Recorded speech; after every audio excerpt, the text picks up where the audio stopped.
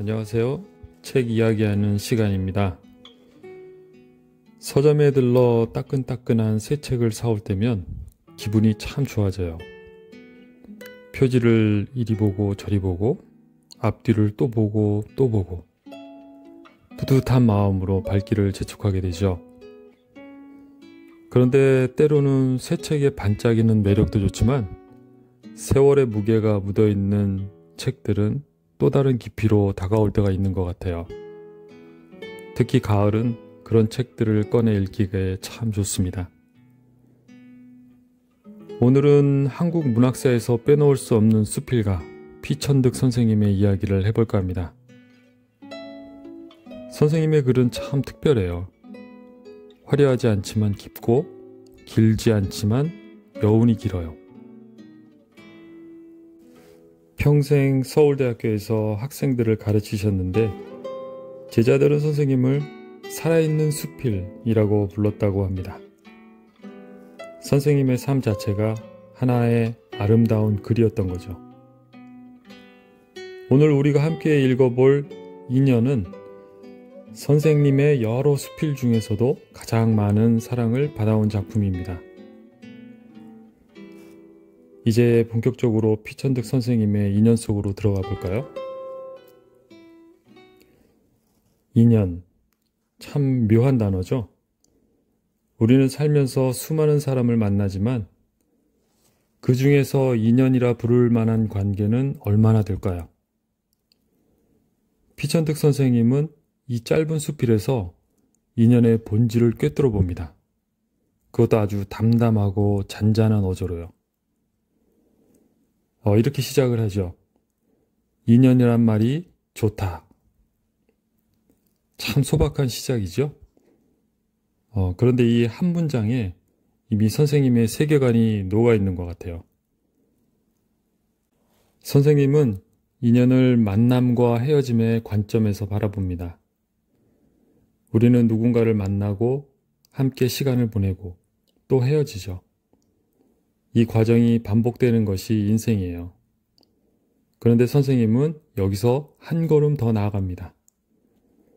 만남도 인연이지만 헤어짐도 인연이라는 거예요.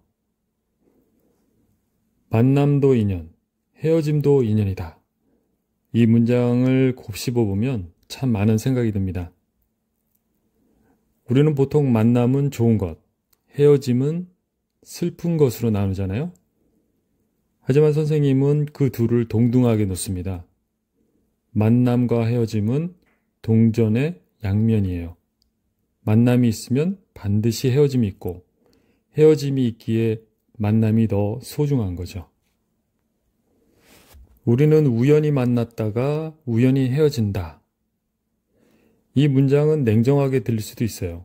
하지만 그 안에는 깊은 애정이 있습니다. 우연이란 말 속에는 기적 같은 확률이 숨어 있는 것을 아시나요? 이 넓은 세상에서 수많은 사람들 중에서 바로 당신과 내가 만났다는 것.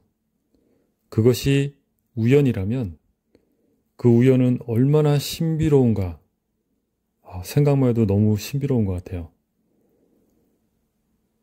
인연이 있어서 만나고 인연이 닿으면 헤어진다. 우리가 너무 많은 것을 인위적으로 통제하려 한다는 생각이 들어요.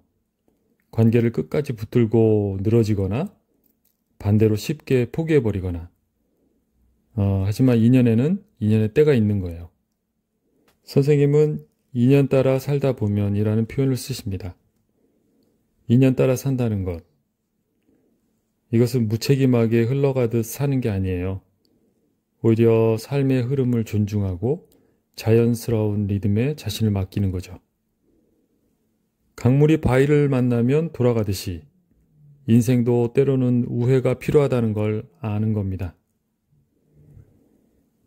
이런 지혜는 오랜 시간을 살아온 사람만이 전할 수 있지 않을까요? 선생님은 일제강점기를 겪으셨고 해방을 맞이하셨고 전쟁을 겪으셨죠. 그 긴 세월 동안 얼마나 많은 만남과 헤어짐을 경험하셨을까요? 사랑하는 사람들과의 이별, 제자들과의 만남, 동료들과의 우정, 이 모든 것들이 선생님의 글에 녹아 있습니다. 인연이 있어 만난 사람과는 비록 멀리 떨어져 있어도 다시 만나게 되고, 인연이 없으면 한 집에 살아도 남이 된다고 하셨어요. 정말 정확한 관찰이죠? 우리는 누군가와 친하게 지내기 위해 자주 만나야 한다고 생각하죠. 하지만 진짜 인연이 있는 사람은 몇 년을 떨어져 있어도 다시 만나면 어제 헤어진 것처럼 자연스럽습니다. 반대로 매일 얼굴을 맞대고 살아도 마음이 통하지 않는 관계가 있어요. 가족이라고 해서 오래 알고 지냈다고 해서 모두가 깊은 인연은 아니죠. 인연이란 시간의 길이로 재는 게 아니라 마음의 깊이로 재는 겁니다. 이 책을 읽다 보면 인간관계에 대한 집착에서 조금은 자유로워지는 것 같아요. 모든 사람을 다 붙들고 있을 수는 없잖아요. 어떤 사람은 잠시 스쳐 지나가고 어떤 사람은 평생을 함께하죠. 그것이 인연의 깊이고 우리는 그저 그것을 받아들이면 됩니다. 우리 삶의 모든 만남이 다 의미가 있는 거예요. 길에서 마주친 낯선 사람도, 잠깐 대화를 나눈 점원도, 버스에서 옆자리에 앉았던 승객도, 한번 스쳐간 이런 인연들도 정말 내 인생의 일부분이었던 거죠. 요즘 우리는 너무 많은 것을 확실하게 만들려고 해요. 이 사람과는 평생 친구로 지낼 거야. 이 관계는 절대 변하지 않을 거야. 하지만 선생님은 말씀하시죠. 인연은 물과 같아서 고정되어 있지 않다고요. 때로는 강물처럼 세차게 흐르다가, 때로는 호수처럼 잔잔히 머물러 있다가, 또 때로는 바다로 흘러가 사라지기도 하는 거죠. 그래서 선생님은 인연을 아는 사람은 조급하지 않다고 하셨어요. 모든 게 즉각적이고 빠른 결과를 요구하는 요즘 세상에 참 와닿는 말씀인 것 같아요. 인간관계도 마찬가지예요. 빨리 친해지려 하고 빨리 결론을 내리려 하죠. 하지만 진짜 인연은 천천히 익어가는 거예요. 마치 김치처럼요. 시간을 두고 천천히 발효되어서 깊은 맛이 나는 우리들의 인연도 그렇지 않나 생각이 듭니다. 서두르지 않고 자연스럽게 흘러가도록 두는, 그래서 잘 익은 김치맛처럼 그런 관계가 되는 것. 그런 게 인연이 아닐까 싶어요. 어떤 사람은 내 편이었다가 또 아니기도 하다가 또 가깝다가 또 멀어지기도 하고, 아마 이런 것들도 우리 관계에 있어서 좀 숨을 쉴 수 있는 그런 기회가 되는 것 같아요. 가까워졌다 멀어졌다 하면서 우리는 좀 숨을 쉴 수 있지 않나, 그런 생각을 좀 해봤습니다. 또 가끔은 우리가 또 착각을 하죠. 내 곁에 있는 사람들은 당연히 거기 있을 거라고. 부모님, 배우자, 친구들. 하지만 그 어떤 관계도 당연한 건 없잖아요. 모두가 기적 같은 인연으로 만난 사람들이요. 그래서 감사해야 됩니다. 곁에 있는 사람들에게 여기 있어주는 것, 나와 시간을 함께 해주는 것, 이 모든 게 선물이라는 것. 언제든 떠날 수 있는 사람들이 아직 여기 내 곁에 머물러주고 있는 거니까요. 그리고 이 책을 읽으면서 좀 느껴지는 게 있었어요. 모든 것을 내가 책임져야 한다고 생각할 때가 종종 있었거든요.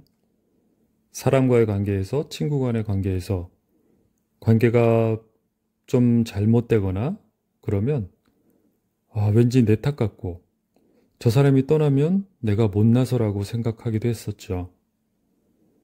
하지만 이 책을 읽고 나서 이런 생각이 들었어요. 아마도 떠나는 사람은 나와의 인연이 닿았기 때문에 떠나는 건 아닐까? 내가 부족해서가 아니라 인연이 닿아서 떠났다. 이렇게 생각하면 마음이 훨씬 가벼워지더라고요. 자책도 후회도 줄어들고요. 그리고 마음도 차분해졌어요. 급하게 달려가던 발걸음이 느려지고 쥐고 있던 주먹이 펴지는 것 같아요. 아, 그렇게 애쓰지 않아도 되는구나. 그냥 자연스럽게 흘러가도 괜찮구나. 이런 생각들이 찾아오죠. 이것이 아마 바로 좋은 글의 힘이 아닐까 싶습니다. 우리에게 새로운 지식을 주는 게 아니라 이미 알고 있던 것을 일깨워 주는 거예요. 우리는 다 알고 있어요. 인연이 소중하다는 것을, 헤어짐이 자연스럽다는 것을. 하지만 일상에 치여 잊고 살죠. 선생님의 글은 그것을 다시 기억나게 해줍니다. 수필은 영어로 에세이, 즉 시도하는 글이란 뜻이에요. 완벽한 답을 제시하는 게 아니라 함께 생각해 보자고 초대하는 거죠. 선생님의 인연도 그래요. 이것이 정답이라고 하지 않아요. 다만 이렇게 생각해 볼 수도 있지 않겠냐고 조용히 제안하는 겁니다. 그래서 읽는 이에 따라서 느낌이 다를 수 있어요. 어떤 사람은 위로를 받고, 어떤 사람은 깨달음을 얻고, 또 어떤 사람은 그저 잔잔한 여운만 느낄 수 있죠. 그 모든 게 다 맞아요. 좋은 글은 정해진 하나의 의미만을 전달하지 않으니까요. 이런 경험 해보셨나요? 저는 이런 경험을 가끔 할 때가 있는데 평생 함께 살아온 가족보다 한 번 만났던 낯선 사람의 말이 더 깊이 와닿을 때가 있잖아요. 그것이 가족을 덜 사랑해서가 아니라 그저 그 순간 그 사람의 말이 내게 필요한 메시지였던 거죠. 인연이란 그런 게 아닐까 싶어요.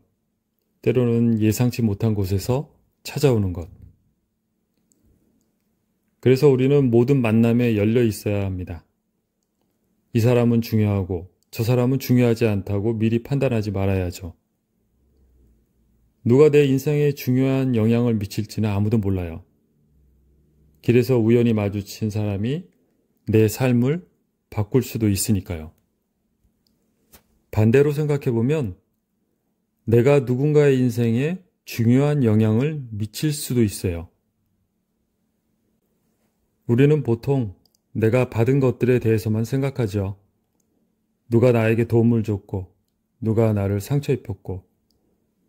하지만 반대로 생각해 볼 필요가 있어요. 나는 누구에게 어떤 영향을 미쳤을까? 내가 누군가의 삶에 스쳐 지나간 흔적은 어떤 모습일까? 이렇게 생각하면 더 조심스러워집니다. 내 말 한마디, 행동 하나가 누군가에게는 평생 기억에 남을 수도 있으니까요. 좋은 기억으로 남을 수도 있고 상처로 남을 수도 있죠. 그러니 모든 만남을 소중히 대해야 하는 거예요.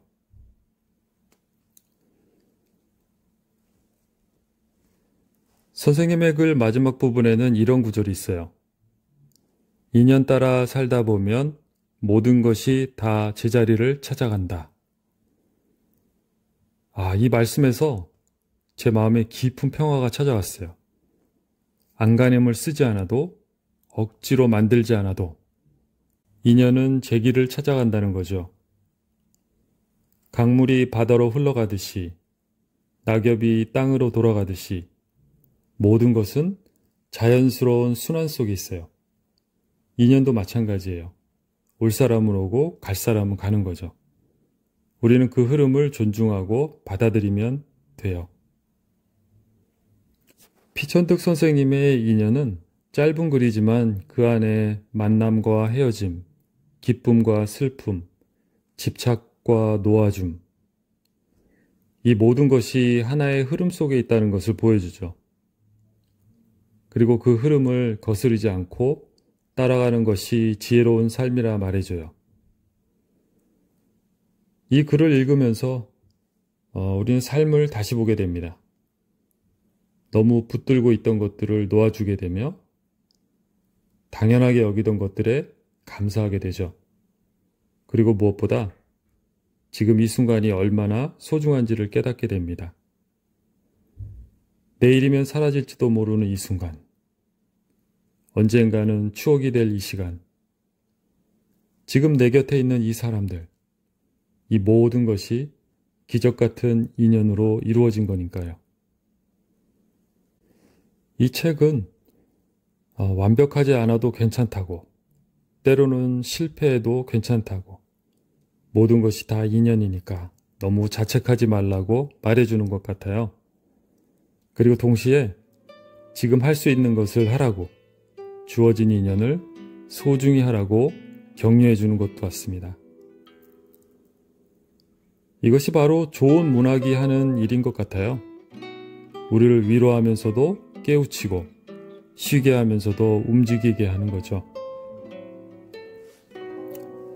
이 가을 선생님의 책이 여러분의 마음속에 조용히 자리 잡기를 바랍니다. 그리고 그 글이 작은 위로가 되고 작은 깨달음이 되고 작은 변화의 씨앗이 되기를 바라요. 인연이란 말이 좋다고 하신 선생님처럼 우리도 우리의 인연들을 사랑할 수 있기를 바랍니다. 오늘 이 시간이 좋은 인연이 되기를 바라요. 함께 책을 읽고 생각을 나누고 마음을 나누는 이 시간이요. 비록 직접 만나지는 못했지만 이렇게 글과 목소리로 연결되는 것도 인연이에요. 귀한 인연이죠. 그럼 다음에 또 다른 좋은 책으로 또 다른 깊은 이야기로 찾아뵙겠습니다. 모든 만남은 기적이고 모든 인연은 선물입니다.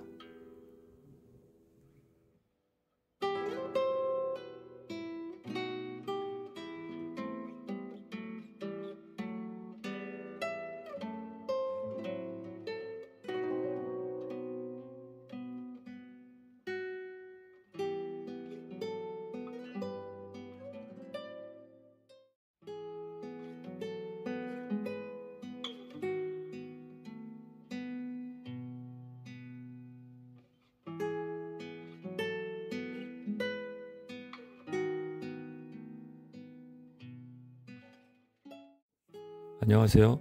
책 이야기하는 시간 반야 서재입니다. 오늘 아침에 창밖을 내다보니까 나뭇잎들이 조금씩 떨어지더라고요. 그 모습을 한참 보고 있었죠. 저 나뭇잎들도 봄에는 연두빛으로 돋아나서 여름 내내 푸르게 우거지다가 이제 제 역할을 다하고 떠나는 거잖아요. 그런데 문득 이런 생각이 들더라고요. 우리 인생도 저 나무처럼 때론 모든 걸 다 내려놓고 벌거벗은 채로 서 있어야 하는 순간이 있지 않았나 하고요. 가을이 깊어지면 앙상한 나무들이 눈에 들어오죠. 잎이 다 떨어진 채 겨울을 준비하는 나무들이요. 예전엔 그 모습이 좀 쓸쓸하게 느껴졌었어요. 뭔가 초라하고 외로워 보인다고 할까요? 그런데 나이가 들면서 생각이 조금 바뀌더라고요. 저 벌거벗은 나무가 초라한 게 아니라 오히려 정직해 보인다는 생각이 들었어요. 아무것도 걸치지 않고 아무것도 가리지 않고 자기 모습을 그대로 드러내고 서 있는 모습이 그 어떤 당당함으로 느껴지더라고요. 우리는 평생 뭔가를 걸치고 살잖아요. 좋은 옷을 입고 좋은 직함을 달고 좋은 이미지를 쌓아가면서 살아가죠. 그게 나쁜 건 아니에요.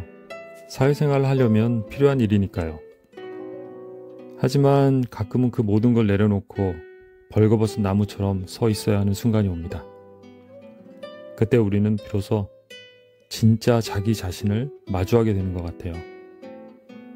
오늘은 그런 벌거벗음, 그 적나라한 삶의 민낯을 담아낸 작품 하나를 가지고 왔습니다. 오늘 소개할 작가는 박완서 선생이에요. 이 시간을 듣고 계신 분들 중에는 박완서 선생님 작품을 읽어보신 분들이 많으실 거라고 생각이 드는데 1970년에 등단하셨으니까 40의 나이로 작가의 길에 들어선 거죠. 그 시절 기준으로는 정말 늦은 나이였어요. 지금도 40에 새로운 일을 시작한다는 게 쉬운 일은 아니잖아요. 그때는 아마 더 그랬을 거예요. 하지만 박완서 선생님의 글은 달랐어요. 20대 작가들이 쓸 수 없는 40년을 살아온 사람만이 쓸 수 있는 그런 문장들이었죠. 삶의 무게가 고스란히 담긴 글이었어요. 그래서인지 첫 작품인 남옥에서부터 큰 주목을 받았고 이후 한국 현대문학사에서 정말 특별한 위치를 차지하는 작가가 되셨죠. 박완서 선생님 소설의 가장 큰 특징은 정직함이에요. 자기 삶을 한치도 포장하지 않아요. 아름답게 치장하거나 감추지도 않죠. 전쟁을 겪은 여성으로서, 가난을 통과한 생활인으로서, 한 시대를 온몸으로 살아낸 증인으로서 자기의 경험을 있는 그대로 담아냅니다.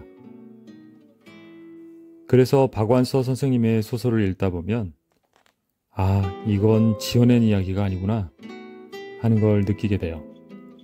살아낸 이야기라는 게 느껴지죠. 특히 여성의 내면을 그려내는 솜씨가 탁월해요. 그 시대 여성들이 겪었던 고통과 슬픔, 분노와 체념, 그리고 그 모든 것을 견뎌낸 힘을 섬세하게 포착해냅니다. 그러면서도 결코 감상에 빠지지 않아요. 눈물을 억지로 짜내지 않는다는 말이에요. 오히려 냉정할 정도로 담담하게 현실을 직시하죠. 그 냉철함이 박완서 문학의 힘입니다. 자, 그럼 오늘은 그의 데뷔작인 대표작 남옥 이야기를 본격적으로 시작해 볼게요. 남옥이라는 말, 한자로 쓰면 벌거벗을 나에 나무 목자를 씁니다. 겨울나무를 말하는 거예요. 잎이 다 떨어지고 앙상한 가지만 남은 나무. 우리가 겨울 벌판에서 흔히 보는 그 쓸쓸한 나무들이요. 박완서 선생님은 왜 하필 이 나무를 소설 제목으로 삼았을까요? 책을 읽다 보면 알게 됩니다. 이 나무가 바로 전쟁을 겪은 우리의 자화상이라는 걸요. 소설의 주인공 이경은 30살 정도의 여자예요. 전쟁 미망인입니다. 남편을 잃었죠. 어떻게 잃었는지는 자세히 나오지 않고요. 그냥 전쟁통에 잃었다는 것만 알 수 있어요. 그게 더 리얼하더라고요. 전쟁이라는 게 그렇잖아요. 어느 날 갑자기 소중한 사람이 사라지는 거죠. 특별한 이유도 없이, 아무 준비도 없이. 이경은 미군 부대 PX에서 일을 합니다. 초상화를 그려주는 일이에요. 미군들이 사진을 가져오면 그걸 보고 그림으로 그려주는 거죠. 그 돈으로 먹고 삽니다. 이경은 미술을 전공한 사람이 아니에요. 원래는 화가가 되고 싶었을 거예요. 하지만 전쟁이 모든 걸 바꿔놓았죠. 이제는 예술이 아니라 생계를 위해 그림을 그립니다. 이경의 일상은 참 고단해요. 매일 똑같은 일을 반복하면서 하루하루를 견뎌내는 거예요. 살아간다기보다는 버틴다는 표현이 더 맞을 것 같아요. 감정도 별로 없고요. 그냥 기계처럼 움직이면서 살아가는 거죠. 전쟁이 앗아간 건 남편만이 아니었어요. 삶의 의미도, 미래에 대한 희망도, 인간다운 감정까지 다 빼앗아간 거예요. 이경은 그저 겉으로만 살아있는 사람이었어요. 그러던 어느 날 이경은 화가 박태준을 만나게 됩니다. 이 만남이 소설의 중심축이에요. 박태준은 월남한 화가예요. 6.25 때 북에서 내려온 사람이죠. 그러니까 북에 가족을 두고 온 거예요. 아내와 딸을 두고 혼자 내려왔습니다. 그게 얼마나 가슴 아픈 일이었을까요? 하지만 박태준은 그 이야기를 쉽게 꺼내지 않아요. 그저 묵묵히 그림을 그릴 뿐이죠. 그런데 박태준의 그림은 아주 독특합니다. 다른 건 그리지 않아요. 오직 나목만 그려요. 겨울벌판에 홀로 서 있는 앙상한 나무들, 잎도 없고 꽃도 없는 그야말로 벌거벗은 나무들만 그립니다. 처음에는 이경도 이해가 안 돼요. 미술을 전공한 사람으로서 의아한 거죠. 세상에 그릴 만한 게 얼마나 많은데 왜 하필 저 황량한 나무만 그리는지 모르겠다는 거죠. 하지만 그림을 보고 또 보다 보니까 이경은 조금씩 알아가게 됩니다. 저 나무에는 뭔가 있다는 걸요. 단순히 쓸쓸하기만 한 게 아니라 그 안에 어떤 힘이 담겨 있다는 걸 느끼게 되는 거예요. 그리고 어느 순간 깨닫습니다. 저 나무는 다름 아닌 자기 자신이라는 걸요. 전쟁이 모든 걸 앗아갔어요. 남편도, 평범한 일상도, 미래에 대한 꿈도. 이경은 모든 걸 잃고 벌거벗은 채로 홀로 서 있는 나무와 다를 바 없었던 거죠. 하지만 쓰러지지는 않았어요. 어떻게든 버티고 서 있었죠. 그게 바로 나목의 모습입니다. 그 속에서 억척스럽게 버텨온 세월. 이경 자신이 바로 모든 걸 잃고도 쓰러지지 않고 서 있는 한 그루의 나목이었던 거예요. 박완서는 이렇게 썼습니다. 나목은 죽은 게 아니라 견디고 있는 것이다. 이 문장이 저는 참 무겁게 다가오더라고요. 죽지 않았다는 게 단순히 살아있다는 뜻은 아니잖아요. 생명이 붙어 있다는 것과 살아간다는 건 다른 거니까요. 나목은 겨우 생명만 유지하고 있는 거예요. 꽃을 피우지도 열매를 맺지도 못하지만 그래도 뿌리를 내리고 서 있는 거죠. 견딘다는 게 바로 그런 거예요. 우리 인생이 그렇지 않나요? 살아낸다는 건 화려하게 피어나는 게 아니라 그저 버티고 서 있는 거라는 것. 특히 나이가 들수록 더 절실하게 느끼게 되는 진실입니다. 젊을 땐 뭔가를 이루고 성취하고 꽃 피우는 게 인생이라고 생각했는데 살다 보니까 그게 전부가 아니더라고요. 때로는 그냥 버티는 것만으로도 대단한 일인 거죠. 쓰러지지 않고 서 있는 것만으로도 충분히 의미 있는 거죠. 이경과 박태준의 관계는 참 묘해요. 사랑이라고 부르기에는 너무 조심스럽고 그렇다고 단순한 동료애나 우정으로 하기에는 너무 깊어요. 두 사람은 서로의 상처를 들여다봅니다. 말하지 않아도 알아요. 상대가 얼마나 아픈 사람인지를요. 그래서 그런지 함부로 위로하지도 않습니다. 쉽게 다독이지도 않아요. 그냥 옆에 있어주는 거예요. 그것만으로도 위안이 되는 거죠. 박태준이 가끔 북에 두고 온 가족 이야기를 해요. 그럴 때마다 이경도 자기가 잃어버린 것들을 떠올립니다. 남편과의 추억들, 전쟁 전에 평범했던 일상들. 그러면서 이경은 조금씩 깨닫게 돼요. 상실은 있는 게 아니라 안고 가는 거라는 걸요. 잃어버린 것들을 지워버릴 수는 없어요. 그건 자기 삶의 일부니까요. 다만 그 무게를 견디면서 살아가는 수밖에 없는 거죠. 소설 속에서 가장 인상적인 장면이 있습니다. 이경이 박태준의 작업실에 가서 벽에 걸린 나목 그림들을 하나하나 봅니다. 다 비슷비슷한 그림들이에요. 겨울벌판에 나무 한 그루씩 서 있는 그림들. 하지만 자세히 보니까 조금씩 달라요. 어떤 나무는 가지가 더 많고, 어떤 나무는 더 굵고, 어떤 나무는 조금 기울어져 있고. 이경이 문득 박태준에게 묻습니다. 선생님, 이 나무는 언제쯤 잎이 날까요? 박태준은 대답하지 않습니다. 그저 붓을 들고 캔버스 앞에 섭니다. 그리고 또 나목을 그리기 시작하죠. 그 침묵 속에 모든 답이 있었어요. 어쩌면 잎은 다시 나지 않을지도 모른다는 것. 봄이 와도 여름이 와도 저 나무들은 그대로일지 모른다는 것.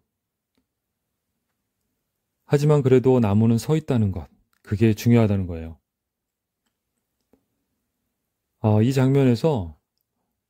이 장면에서 우리는 깊은 통찰을 얻게 됩니다. 우리는 흔히 상처를 치유하고 아픔을 극복하고 다시 일어서야 한다고 말하죠. 시간이 지나면 다 나아진다고. 상처는 아물게 되어 있다고 말해요. 하지만 박완서는 그런 쉬운 위로를 주지 않습니다. 오히려 정반대의 이야기를 하는 것 같아요. 상처는 아물지 않아도 괜찮다고. 완전히 극복하지 못해도 된다고. 다만 그 상처를 안고도 설 수 있으면 된다고요. 이게 진짜 어른의 지혜 아닐까요? 젊을 때 모든 걸 극복할 수 있다고 믿었어요. 시간이 지나면 다 해결된다고 생각했죠. 하지만 나이가 들면서 알게 되는 거예요. 어떤 상처는 평생 가는 거라는 걸요. 완전히 아물지 않는 상처가 있다는 걸요. 그렇다고 그게 불행한 건 아니에요. 그냥 그런 거예요. 그 상처와 함께 살아가는 법을 배우는 게 어른이 되는 과정인 거죠. 이경은 박태준과의 만남을 통해 자기 삶을 새롭게 보게 됩니다. 그동안은 그냥 하루하루 버티기만 했어요. 의미를 찾으려 하지 않았죠. 그런데 박태준의 나목 그림들을 보면서 그와 이야기를 나누면서 조금씩 깨닫게 되는 거예요. 자신이 얼마나 단단하게, 얼마나 씩씩하게 살아왔는지를요. 이경은 스스로를 약한 사람이라고 생각했어요. 전쟁에 휩쓸려서 그저 떠내려온 사람이라고 여겼죠. 하지만 아니었어요. 이경은 강한 사람이었어요. 모든 걸 잃고도 쓰러지지 않았으니까요. 하루하루 일어나서 밥 먹고 일하고 또 견뎌냈으니까요. 그게 얼마나 대단한 일인지 이경은 몰랐을 거예요. 이경이 마지막에 내리는 결론은 더 묵직합니다. 그 깨달음은 감격이 아니라 담담함으로 다가와요. 나는 나목처럼 살아왔구나. 그리고 앞으로도 그럴 것이다. 이 문장 앞에서 우리는 숙연해 줄 수밖에 없습니다. 그래, 맞아. 우리는 다 나목처럼 살아가는 거야. 이 깨달음은 슬픔이 아니에요. 체념도 아니고요. 오히려 자기 삶을 있는 그대로 보는 거죠. 포장하지 않고 미화하지 않고 그냥 그대로 보는 거예요. 그리고 인정하는 거예요. 이게 내 삶이다. 화려하지 않고 풍요롭지 않지만 이게 내가 살아낸 삶이다. 그리고 그것만으로도 충분히 의미 있다. 박완서 선생님이 이 소설을 통해 말하고 싶었던 게 바로 이게 아니었을까 싶어요. 전쟁이 남긴 것은 폐허만이 아니었다는 거예요. 그 속에서 살아남은 사람들의 단단한 뿌리도 함께 남았다는 거예요. 그 뿌리는 보이지도 않아요. 화려하지도 않고, 하지만 그게 있었기 때문에 나무는 쓰러지지 않는 거예요. 잎도 없고 꽃도 없지만 그래도 쓰러지지 않고 서 있는 나무. 그게 바로 우리의 초상 아니었을까요? 우리 모두 각자의 전쟁을 치르며 살아가잖아요. 꼭 총과 포탄이 오가는 전쟁만은 전쟁이 아니에요. 병마와 싸우는 것도 전쟁이고, 가난과 싸우는 것도 전쟁이고, 외로움과 싸우는 것도 전쟁이에요. 그런 전쟁 속에서 우리는 많은 것을 잃어요. 사랑하는 사람을 잃기도 하고, 건강을 잃기도 하고, 꿈을 잃기도 하죠. 하지만 그럼에도 불구하고 우리는 서 있어요. 나목처럼요. 나목은 단순히 전쟁 이야기가 아니에요. 상실에 관한 이야기고, 생존에 관한 이야기고, 결국은 인간의 존엄에 관한 이야기예요. 모든 걸 잃어도, 벌거벗겨져도, 그래도 인간은 설 수 있다는 거예요. 그 자체로 아름답다는 거죠. 요즘 사람들은 성공을 말하고 성취를 말하고 행복을 말해요. 뭔가를 이루어야 한다고, 더 나아져야 한다고, 계속 성장해야 한다고 말하죠. 물론 틀린 말은 아니에요. 하지만 박완서는 다른 이야기를 해요. 때로는 그냥 버티는 것만으로도 충분하다고, 쓰러지지 않는 것만으로도 대단한 일이라고 말해주는 거예요. 이게 얼마나 위안이 되는지 몰라요. 우리 모두 남옥 같은 시간을 살아가잖아요. 특히 나이가 들수록 그래요. 젊을 때처럼 파릇파릇하지 않아요. 활력이 넘치지도 않고요. 그냥 버티는 거예요. 하루하루를요. 그런데 그게 부끄러운 일이 아니라는 거죠. 오히려 그게 삶의 본질이라는 겁니다. 오늘 길을 가다가 나무를 한번 유심히 보세요. 특히 지금 같은 가을에는 낙엽이 떨어지는 나무들이 많잖아요. 조금 있으면 앙상한 가지만 남은 나무들을 보시게 되겠죠. 그걸 볼 때 그 나무가 지금 견디고 있다는 걸 생각해 보시길 바랍니다. 여러분이 살아온 세월이 얼마나 대단한 건지 그걸 한번 인정해 주시면 좋겠어요. 정말 쉽지 않은 시간들을 버텨왔잖아요. 때로는 쓰러질 것만 같았지만 그래도 일어섰잖아요. 그게 바로 남옥의 힘이에요. 그게 바로 여러분의 힘이고요. 그것만으로도 충분히 아름다운 삶입니다. 박완서 선생님의 남옥은 그런 의미에서 우리 모두의 이야기예요.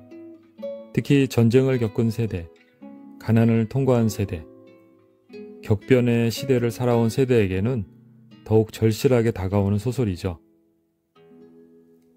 하지만 젊은 세대에게도 의미가 있어요. 인생이라는 게 결국 견디는 거라는 걸, 그 견딤 속에 아름다움이 있다는 걸 알려주니까요. 다음 시간에도 좋은 책 한 권 들고 찾아뵙겠습니다. 반야서재였습니다.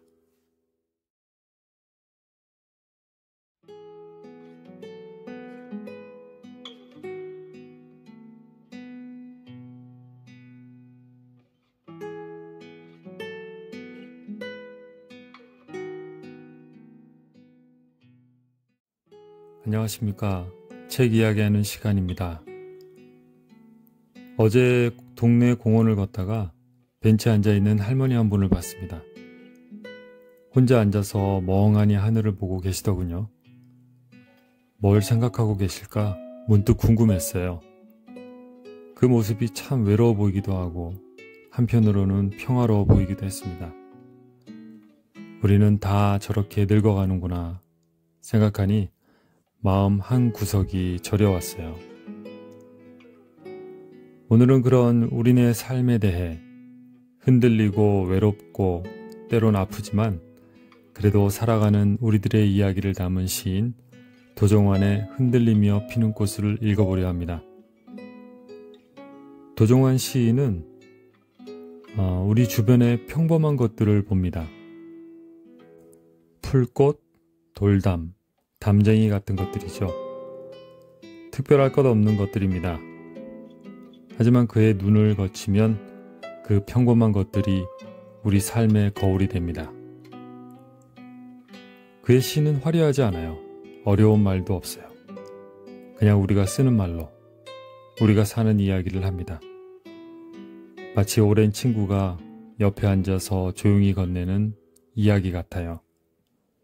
그래서 더 가슴에 닿습니다. 오늘 읽을 책 흔들리며 피는 꽃은 1993년에 나왔어요. 벌써 30년도 더 됐네요. 하지만 전혀 낡지 않았어요. 이게 좋은 책의 특징이죠.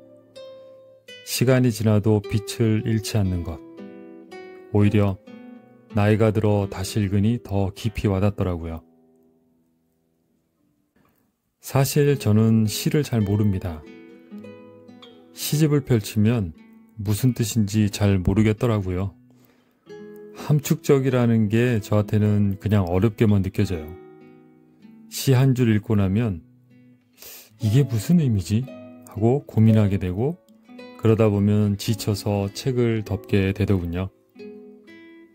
그런데 도종환의 시는 달랐어요. 어렵지 않았어요. 읽으면 바로 이해가 됐습니다. 해석하려고 애쓰지 않아도 됐고요. 그냥 읽으면 마음에 들어왔어요. 이게 참 좋았습니다. 아, 좋은 시는 이런 거구나. 좀 느껴지더라고요. 물론 제 개인적인 경험입니다. 자, 그러면 이제 책 속으로 들어가 볼게요. 제목부터 한번 보면 흔들리며 피는 꽃. 세상에 흔들리지 않고 피는 꽃이 있을까요? 없겠죠? 모든 꽃은 바람에 흔들립니다. 비에 젖고 폭풍에 꺾이기도 하죠. 이건 당연한 사실이에요. 그런데 우리는 오랫동안 흔들리지 않는 것을 강함으로 여겨왔어요. 의연해하고 꿋꿋해야 하고 흔들리면 안 된다고 배웠습니다. 흔들림은 약함이라고 생각했죠. 도종환 시인은 여기서 질문을 던집니다. 정말 그런가요? 제가 표제시를 읽어볼게요. 흔들리지 않고 피는 꽃이 어디 있으랴.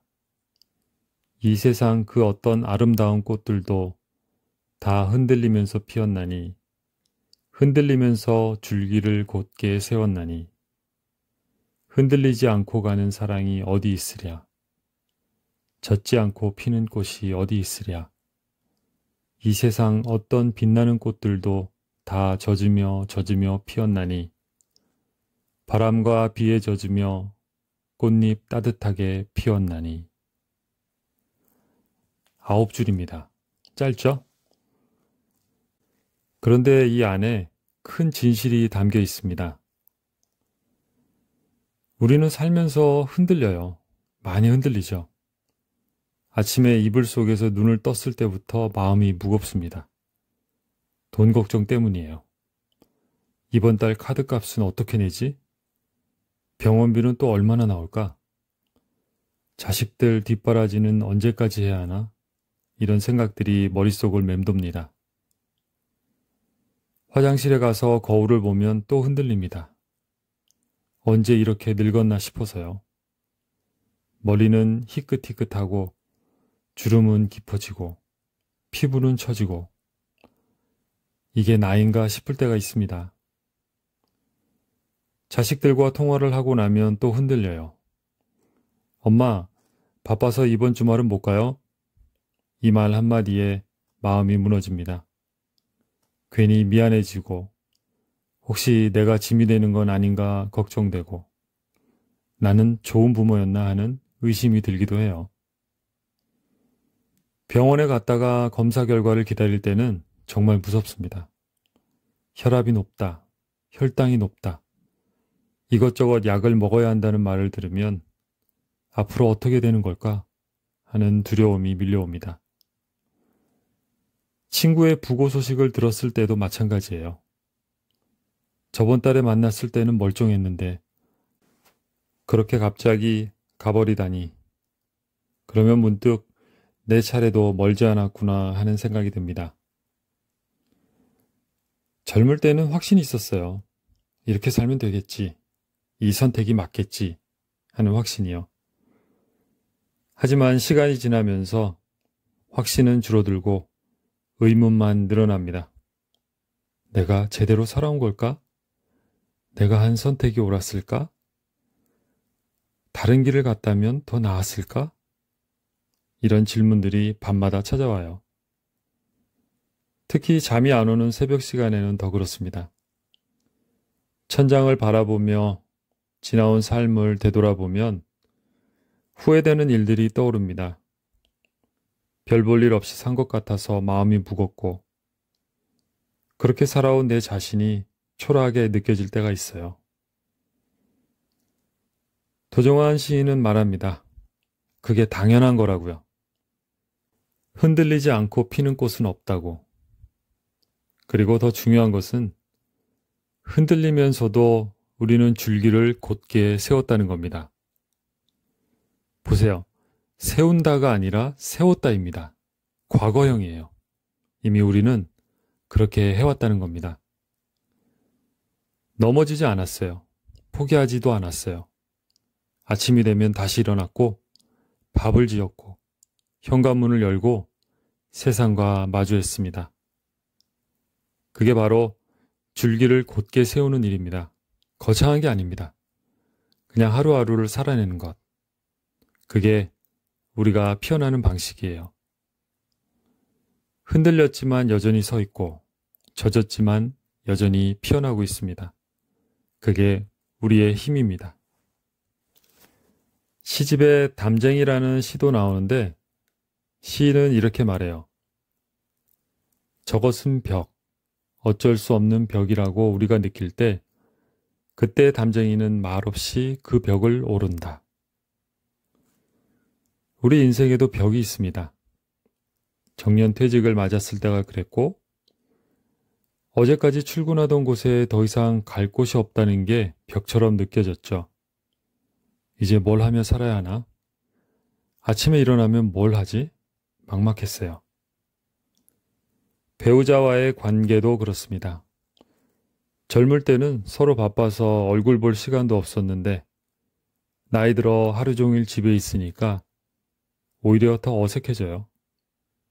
사소한 것으로 자주 다투게 됩니다. 그러고 나면 벽이 느껴집니다. 이 사람과 남은 인생을 어떻게 함께 할까? 건강검진에서 좋지 않은 결과가 나왔을 때는 정말 절망적입니다. 앞으로 계속 나빠지는 걸까? 이런 두려움이 밀려옵니다. 하지만 우리는 그 벽 앞에서 멈추지 않았습니다. 담쟁이처럼 말없이 한 뼘씩 나아갔어요. 퇴직 후에도 새로운 일을 찾아보고 경비일이든 택배일이든 뭐든 해봤죠. 아니면 작은 텃밭을 가꾸며 하루를 채웠습니다. 상추 심고 토마토 심고 고추 심으면서요. 배우자와 다퉜어도 결국은 식탁에 마주 앉아 밥을 먹었습니다. 말은 안 해도 국을 떠주고 반찬을 건네주고 그렇게 또 하루를 넘겼죠. 건강이 예전 같지 않아도 병원 다니며 관리했습니다. 약 먹고 산책하고 조심하며 살았어요. 그게 바로 담쟁이가 벽을 오르는 방식입니다. 화려하지 않아요. 극적이지도 않습니다. 그냥 묵묵히 천천히 한 뼘 한 뼘 나아가는 거예요. 나이가 들면서 알게 되는 것 같아요. 인생은 거창한 성취가 아니라 이런 작은 버팀들로 이루어진다는 걸요. 아침에 일어나 창문을 여는 일, 빨래를 돌리는 일, 손주에게 전화를 거는 일, 동네 슈퍼에 가서 우유를 사는 일, 저녁에 뉴스를 보며 한숨을 쉬는 일. 이런 평범한 일상들이 모여서 우리 삶을 만듭니다.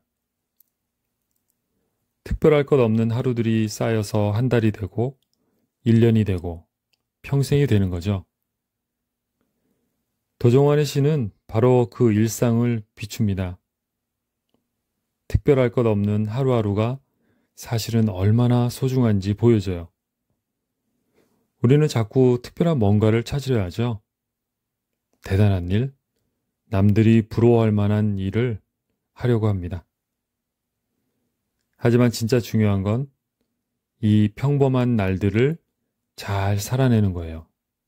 아프지 않게, 외롭지 않게, 후회 없이 살아내는 거예요. 또 초록이 세상을 덮을 때까지라는 시도 있습니다.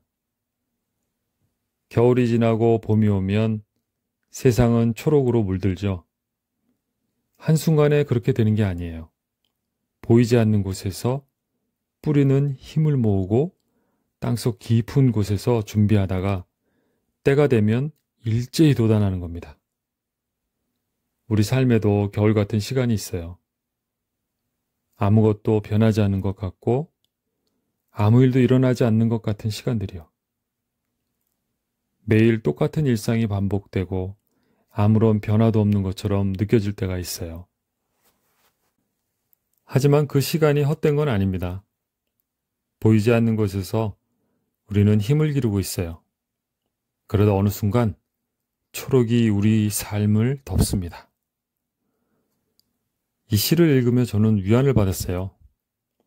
지금 당장 변화가 없어 보여도 지금 당장은 아무 일도 일어나지 않는 것 같아도 괜찮다는 거죠. 때가 되면 온다는 거예요.